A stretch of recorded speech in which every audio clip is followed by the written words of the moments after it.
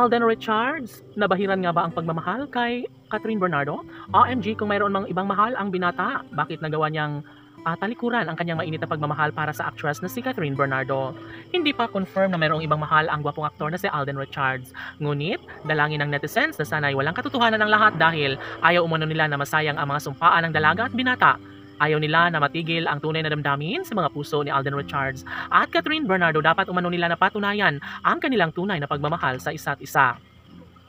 Dahil dito nagkaroon ng kumpiyansa ang mga fans ng Cat Den Love Team. Sabi nga nila na mas nagiging masaya umano ang araw-araw nila ng buhay simula nung nagkaroon ng tsansa na magkakadevelopan o maihayag ang tunay na pag-ibig na nararamdaman sa kanilang mga puso ni Alden at Catherine. Opo naman, sadyang hindi natatakot ang mga netizens na ipaubaya na lang ng dalaga ang kanyang tunay na pagmamahal para sa binata.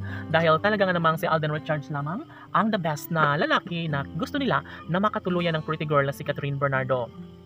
Sobra-sobra ang kanilang paniniwala na darating ang tamang pagkakataon na magiging mahalaga at magiging makatotohanan ang isang pag-ibig na siyang nagbibigay kaginhawaan at kaligayahan sa taong bayan.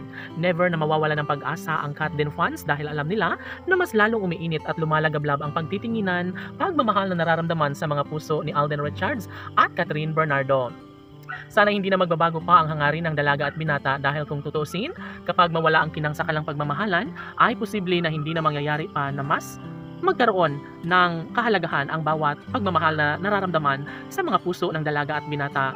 Hinggil dito, aminado si Alden Richards na talagang si Catherine Bernardo nga ang babaeng kumukompleto sa kanyang pagkatao nagbibigay kasiyahan at kaligayahan sa puso ni Alden Richards. Walang iba ang pretty girl na si Catherine Bernardo. Aminado si Alden Richards na sadyang mahal na mahal nga niyang tunay si Catherine at ito lamang ang gusto niya na mangyayari na sana'y habang buhay ay magkaroon ng walang hanggang kasiyahan.